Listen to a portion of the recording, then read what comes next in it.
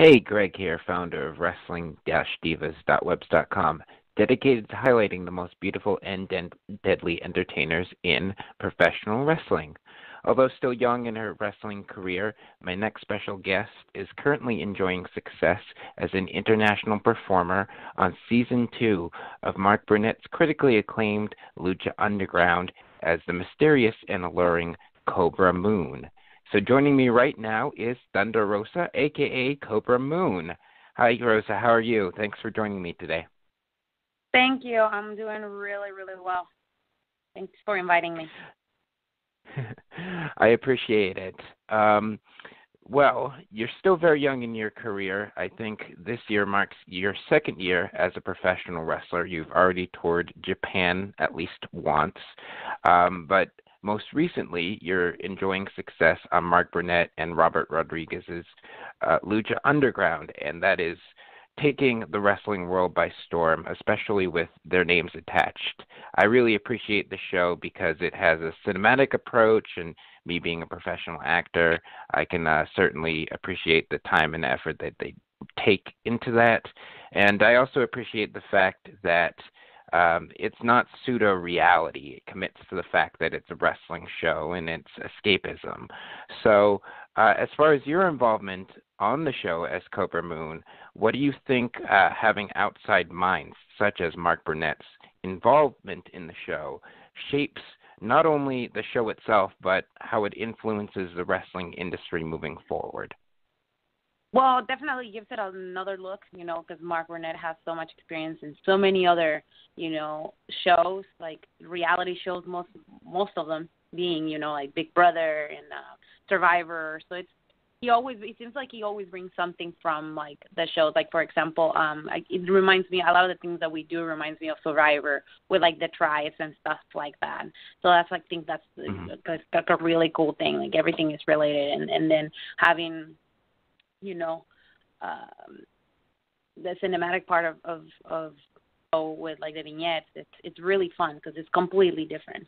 And like when I was in Japan, that's what it got me interested. That part of the show, the acting part. You don't get to do that as much in other places. Certainly, and there's such a high caliber of talent, both male and female, on the show. I mean, the roster is astounding. Talent from all over the world. Jack Evans, you have Evilise, you have so many great talents that can go head-to-head with each other. So without spoiling anything about your character that shouldn't be said, what do you think Cobra Moon's intentions are within the temple? I mean, I'm certain that you had to do a certain research of psychology when you approached the character, because even the way that she, walks down the aisle to the ring or kind of slithers around her opponents, I mean, a lot of that isn't very traditional, for lack of a better term. Yeah, well,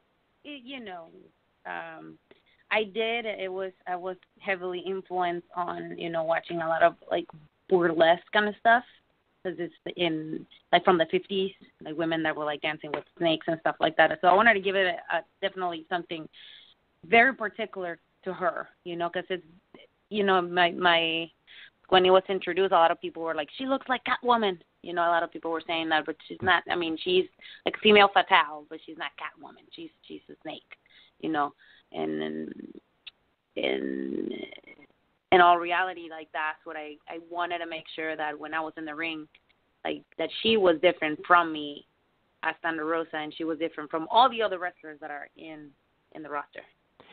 So going to the beginning of your career back about 2 years ago as Thunder Rosa, when you started out, I mean, there were a lot of things working against you. At least your mother at one point didn't support you going into wrestling because of the physicality and danger. And then you said you were a bit out of shape and there weren't a lot of females out there with you in your training school.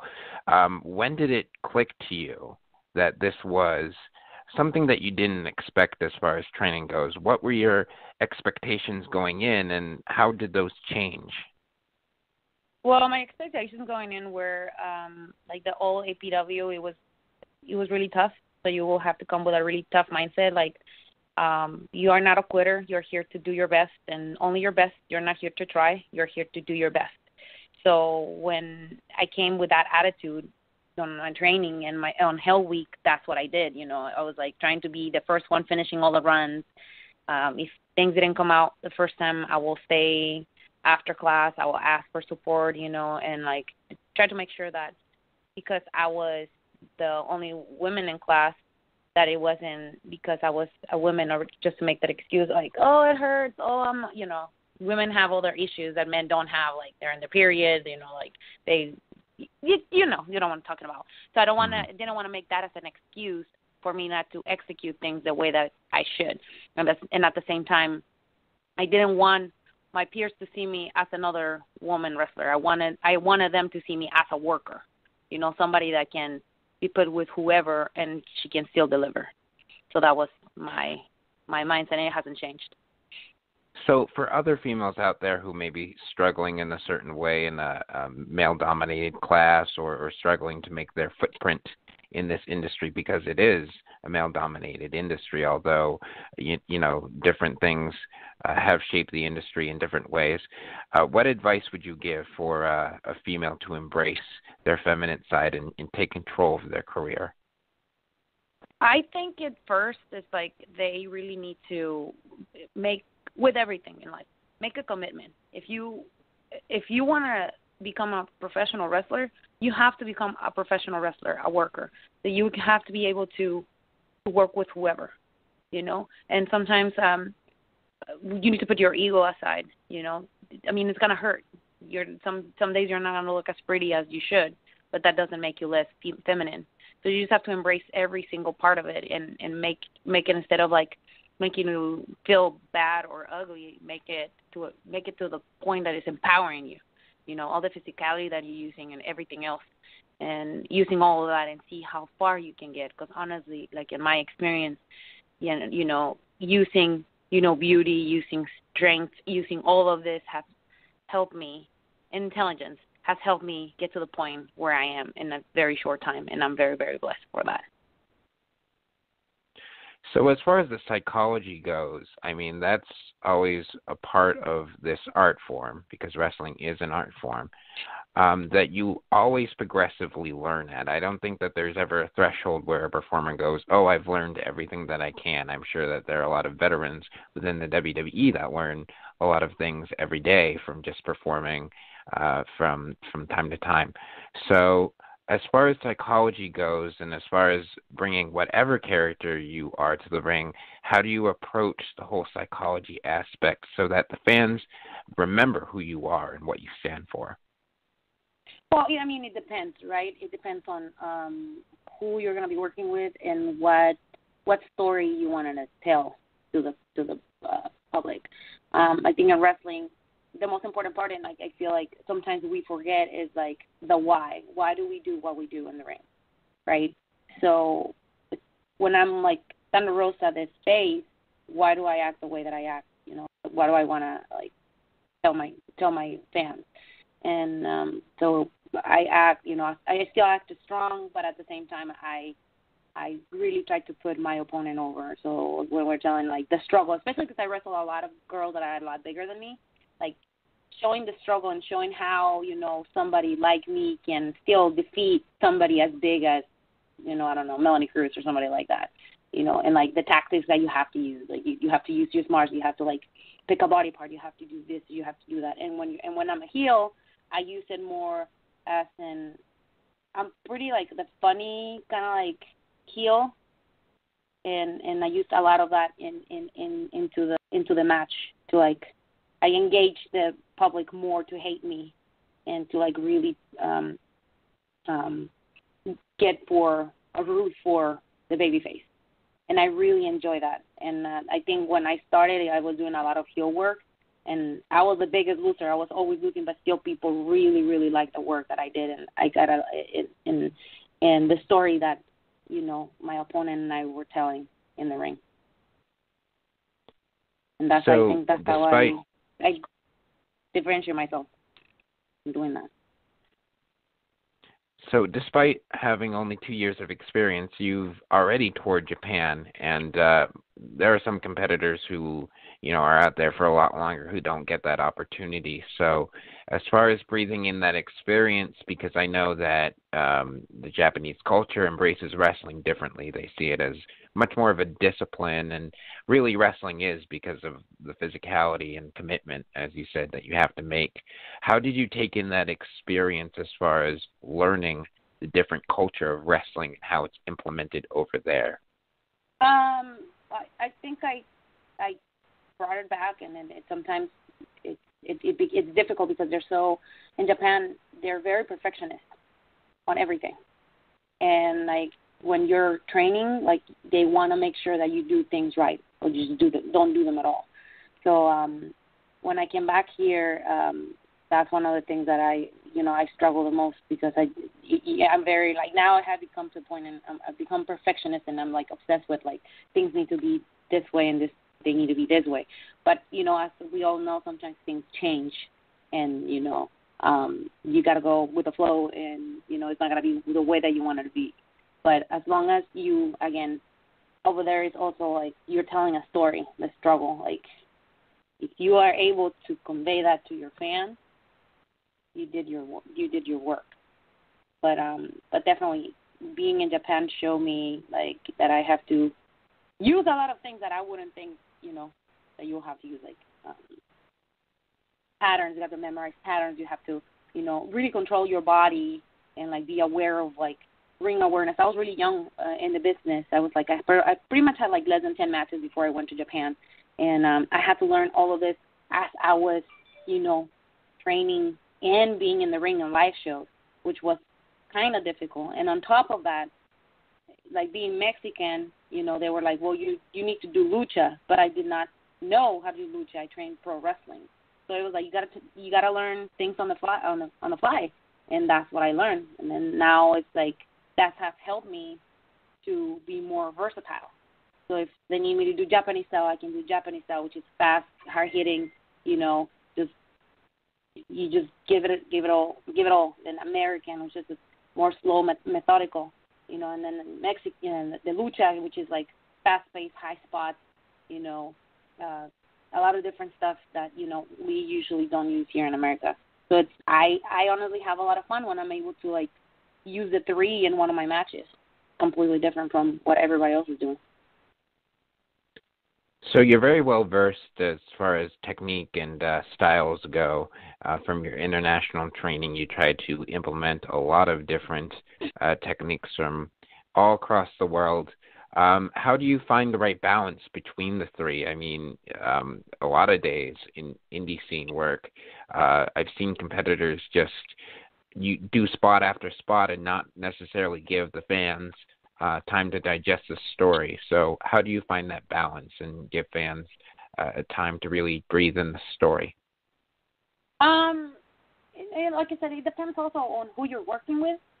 So if there's some people where you can just still like do spot, and then still tell a story in between. But like I try to focus more like build a match before it happens. I love cutting promos. I love like creating the story before, so by the time we're having a match, like people, they already know what's going to happen, They're like expecting something, so the story's already set. So when we have the match, it's just like they're going to beat the crap out of each other.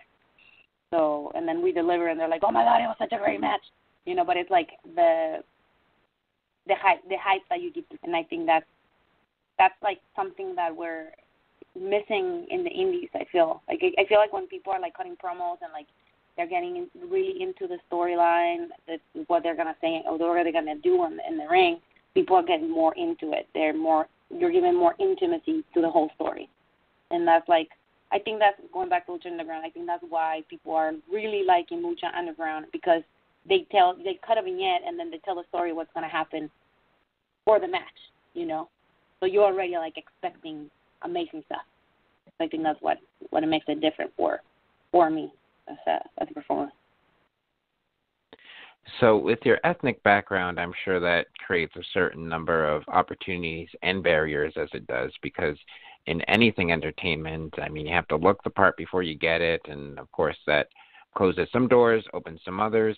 Do you find it difficult to live up to the, for lack of a better term, standards that wrestling has as far as looks, as far as the expectations of how in shape you're supposed to be? Because there are some people out there in the industry, and some of the fans can be a little judgmental when it comes to that. Yes and no. I mean, I lived all my life with that issue, especially when I came to the United States. You know, it's in the business. It is in this country and any other country that has people that from other, you know, places that don't belong to the country. Yeah, people make fun of my accent, and then I use that as, you know, as an asset. You know, oh, I'm sorry, I speak 2 languages. Too bad you don't. You know, it's like so I can, you know, fight back with that stuff. But definitely, like, even, you know, a lot of people are like women that are outspoken. I'm outspoken. I'm sorry. You know, that's how I am. But this is how I've been able to go to places because I don't wait for things to happen. I make them happen, you know. So, and yet, being Mexican, being a woman, you know, being a certain type of body also can affect you. But you can do things to change it, and they can take you over to other places, you know. I'm aware of that. And then you just have to adapt. That's the only thing you have to do, because if I get bitter and I'm like, oh my God, nobody is giving me opportunities because of my background, and I'm just complaining all the time, I'm never gonna get anything. You know, I'd rather use what I have, all my shortcomings, and if that's my race, that's my accent, that's my look, I'm gonna use that to my advantage. You know, instead of complaining that I'm never gonna be able to make it. Thank God, because of who I am, I've been able to go to places, and now because of Lucha Underground, a lot of our Latino community wrestlers are able to showcase a lot of the stuff that they do. And young talent like me, I'm able to, you know, be part of this amazing show and being able to celebrate my culture, because a lot of the stuff that are in the show are dearly ingrained in our culture, you know, are in our history. So it's pretty amazing. So as far as adaptation and staying up with the times and keeping track of, you know, how the industry molds differently from, you know, period A to period B, how do you make sure that you emulate the changes that happen around you instead of imitate them? Because there's a big difference between the two. Well, always you have to, like, stay current with, you know, WWE and stuff like that and see what they're doing. But, you know, a lot of my peers and a lot of my mentors, they say, like you were saying, emulating and imitating. If you're going to imitate something, you make it your own. So you don't imitate it, it's your own. So you give it your own flavor. So you just have to see what's happening, and just, like, again, you just have to adapt. And I feel like now is, for men and for women, we're start having, like, more like a fast-paced intergender matches. So that's what I'm trying to do and what I'm trying to bring, because I want to be, even when I started, I always wanted to be different, you know, in one way or another. So that's how I've been able to adapt. The same with my character. At first I started with no face paint, and then I had to adapt it to, like, something that will fit more, and it will make more like an impact to other people that will be able to remind me, which is, you know, painting my face. And then at the same time, I adapt my gear and everything else to, like, make it look to that way. So it's just like, you just have to make sure you stay current. It's with everything else, like in the business and the entertainment business. You have to stay current, otherwise, you know, you're going to be boring for the fans. So going back to Lucha Underground for a second, and again, not spoiling anything that shouldn't be spoiled, is there any sort of goal that you have within that show or that company as far as bringing your character to life? Do you have any opponents that you have, you know, on your bucket list? Do you want to, you know, do any sort of crazy spot like Angelico does? I mean, what do you look forward to accomplishing as far as Lucha Underground goes? Well, I definitely don't want to be flying from, like, 3 stories down, although it'd be cool. You know, I actually dream about it. I really want to try something that I haven't tried with, you know, with some of my opponents. I really enjoy having intergender matches, so I hope that can happen more. That will be one of my goals, because that definitely, you get to work in a very different way than when you work with the women.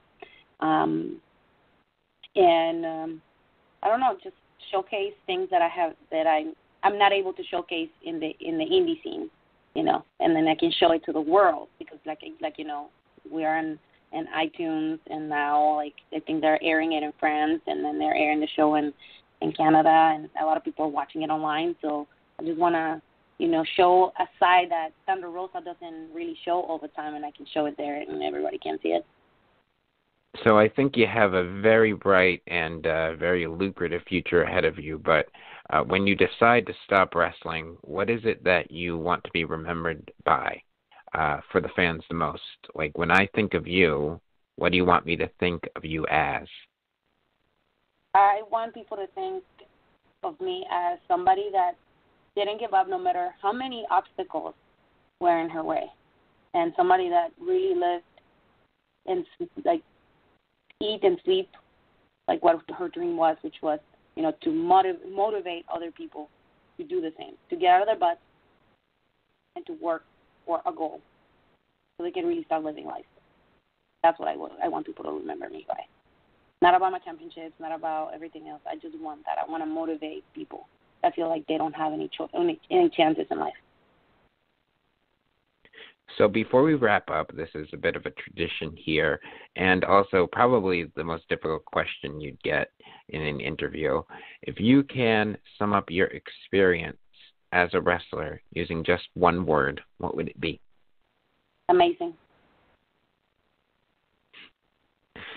So, of course, fans can check you out on Lucha Underground Wednesday nights on the El Rey Network, and like you said, you're also expanding to iTunes and maybe some other places in the future. But how can fans or promoters contact you, Cobra Moon, a.k.a. Thunder Rosa, directly? They can directly contact me on Twitter at ThunderRosa22, Instagram at ThunderRosa22, and Facebook Thunder Rosa /Cobra Moon. We respond within 5 minutes, so we're really easy to get a hold of. Well, thank you so much for your time, Thunder Rosa, a.k.a. Cobra Moon, and I really appreciate your passion, and I think that you're going to break a lot of barriers being a unique competitor in the Latin community of wrestling. So I really appreciate it, and I wish you all the best of luck in the future, and I'll be rooting for you on Lucha Underground. Thanks so much. Thank you so much, and thank you for tuning in to Lucha Underground. Thanks to everyone else for tuning in. Be sure to check out www.wrestling-divaz.webs.com for more exclusive content and interviews, and be sure to follow the Wrestling Divaz site on Twitter at Wrestling Divaz, again with the Z at the end, for all the latest updates.